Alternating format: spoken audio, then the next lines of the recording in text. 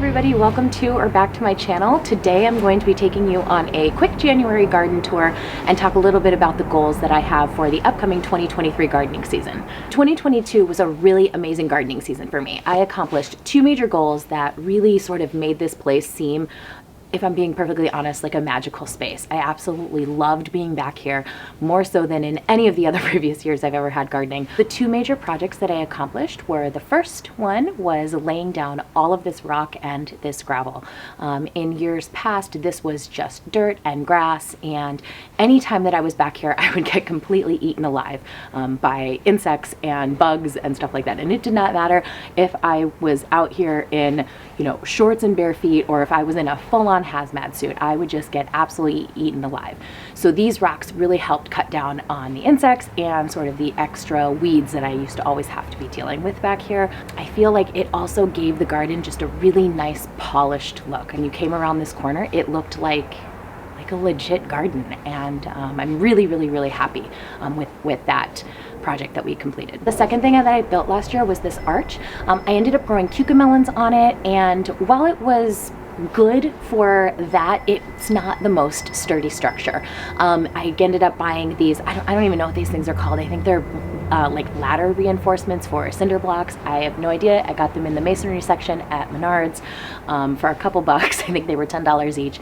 So it was a quick, cheap project, and I love the way that it gave the garden like a legit entryway. I mean, when you came around the corner from our patio, you really felt like you were walking, into the garden, as opposed to the garden just sort of being plopped back here. I'm gonna hold off on saying anything else about the arch because one of my 2023 goals does include this arch, so we will cover that a little bit later in this video.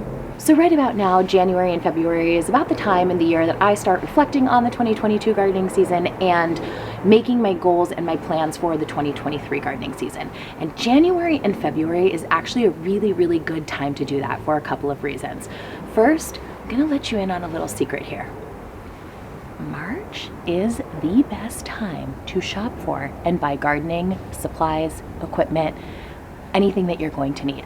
Because a lot of people in March kind of aren't really thinking about gardening quite yet. They start thinking about that in like April or May, and you can get your pick of the litter. So you want to be thinking about what you're going to need a little bit earlier than March, so that when March rolls around, you can buy all of the things that you need without any sort of problems or issues. So if you also live in a colder weather climate, I happen to live in the Midwest. I live in Chicago, which is zone 5B/6A.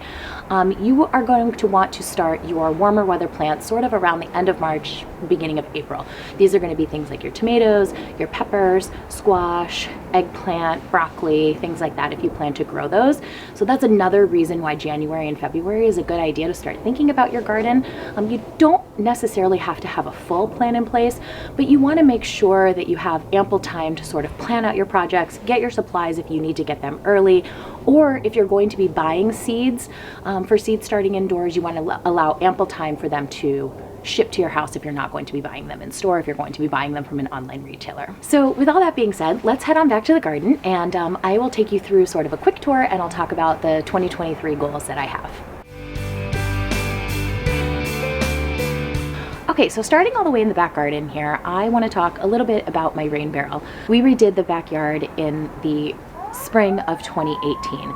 And when we did that, I didn't quite know exactly how this space was going to plan out, and so the downspout does not connect to my rain barrel. Now it is still open at the top, so it does collect rain and it does collect snow, but it's definitely not as functional as it could be. I could be filling this thing up pretty much on a regular basis, and as it is, it only fills each season maybe about a quarter to a third of the way. And so I invested in one of these, and what this is a downspout diverter. I can link the information for this company down below. I'm not sponsored by them. I bought this on my own, but if you're interested in a downspout diverter, I can link where I got it down below. So when it rains, you just pull this part out and the water will be diverted to wherever this is pointing to. And so I think I'll be able to use this rain barrel a little bit more effectively this year. So that's like my number one goal that I want to accomplish this year. My second goal is to be more intentional about attracting pollinators. I had a lot of problems last year with pollinators, and neither of my neighbors on either side have a lot of green space in their yard, so I'm kind of a little bit on an island of my own. And I've been doing a lot of reading about mason bees and mason bee houses. So I definitely want to invest in a mason bee house and figure out a way that I can start keeping mason bees. For those of you that are not familiar with mason bees, they are very friendly, they're non-stinging, but they're wonderful pollinators for your garden. So I absolutely want to start attracting them. I also want to think about getting some flowers back here. Usually use this space. What the heck is that?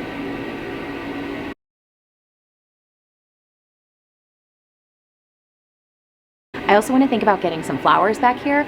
I typically only plant fruits and veggies back here, but I'm thinking of maybe dedicating some more space to flowers just to further attract those pollinators back here.